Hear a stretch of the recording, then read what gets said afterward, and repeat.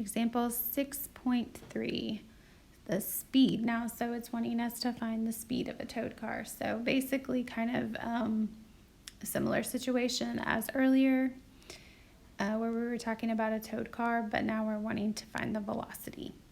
So it says that a 15 kilogram car is pulled by a tow truck. The tension in the tow rope is 2,500 newtons, and it does have friction now that is opposing the motion. And if the car starts from rest, what is its speed? So that is our ultimate goal. Get the S there. After 5 seconds. All right, and I forgot to underline 1,500 kilograms. That is important as well.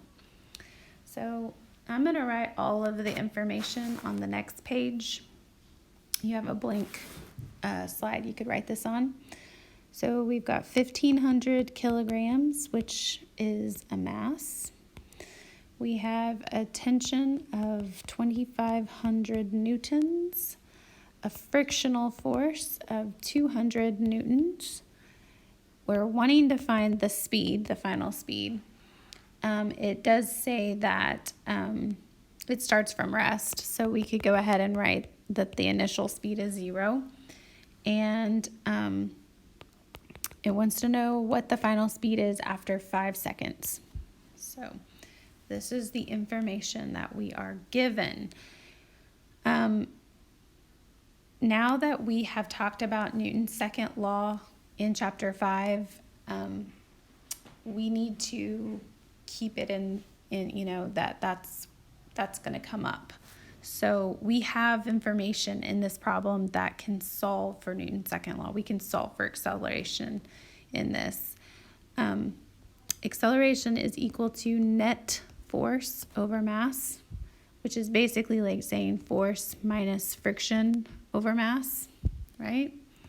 So the force that it is giving us in this case, it's saying that it has a tensional, it's pulling with 2,500 newtons of force, and it has a frictional force of 200 newtons.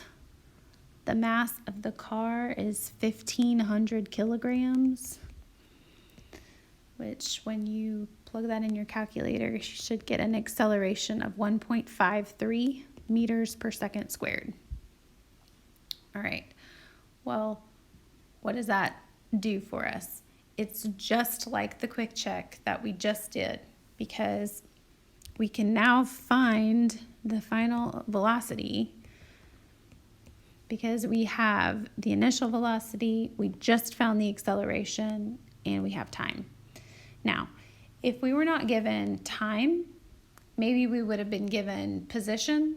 We could have still found the final velocity. We would have just had to use a different kinematics equation. Okay, so you just have to remember to figure out what you have and find the right equation for it.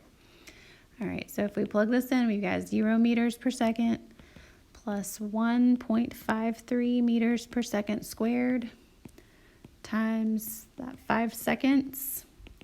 Multiply that together, you should get 7.7 meters per second. All right, so that is now involving Newton's second law with our kinematics equations. All right, so now we've got this box that's sitting on the floor of an elevator, and the elevator is accelerating upward. The magnitude of the normal force on the box is what? All right, so if it's accelerating upward, all right, think about it. We have net force is equal to mass times acceleration. And if you rearrange that, acceleration is equal to net force over mass. And we said this in chapter 5, that force and acceleration are, they're proportional to each other, okay? So if one is going up, then the other has to go up. And I really should say net force here. So in this case, we're not at a constant velocity and we're not at rest. It is accelerating. So in that case, if it's accelerating in the positive direction, then that means that the net force has to be, accelerating in the positive direction too. Well, the force that's going up is the normal force, so it is going to be greater than that gravitational force. Okay? Our constant force, it's just reminding you of Newton's second law and the kinematics of constant acceleration. All right, so going on to the next page of your PowerPoint, if you have it, hopefully you still have it. This is showing you that you've got a pan balance, and it's getting ready to tell you the difference between mass and weight. So, you know, if you're measuring mass, this is saying that the measurement does not depend on the strength of gravity, that mass is a scalar quantity that describes an object's inertia. So, you know, inertia, we talked about, it's a term that, you know, we kind of think about when you're in the car and, you know, somebody slams on the brakes, you go forward because your body just wants to keep moving. It's part of that Newton's first law, where if an object's in motion and wants to stay in motion. This term comes back into play too when we get into circular motion, because we refer to the moment of inertia, which is sort of like the mass term for circular motion, but we get into that later. Basically just saying that mass is the amount of matter that something has, okay? If you're here on Earth, you have a certain amount of matter. If you go to the moon, you most likely have the, relatively the same amount of matter. So you have the same mass. Mass is scalar, meaning that it doesn't have, direction.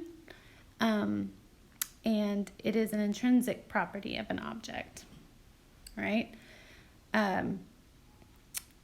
Gravity, however, is an attractive long-range force between any two objects. So this is saying that no matter what the objects are, there's going to be some sort of gravitational force between them. Now, the reason that we don't experience that is because the Earth is so much more massive than we are, that it pulls and it overcomes our attraction to smaller objects. Now, we can actually prove what gravity's value is using this equation, which we will do on the next video. But I just want to show you that this is using Newton's law of gravity. That's what this equation is.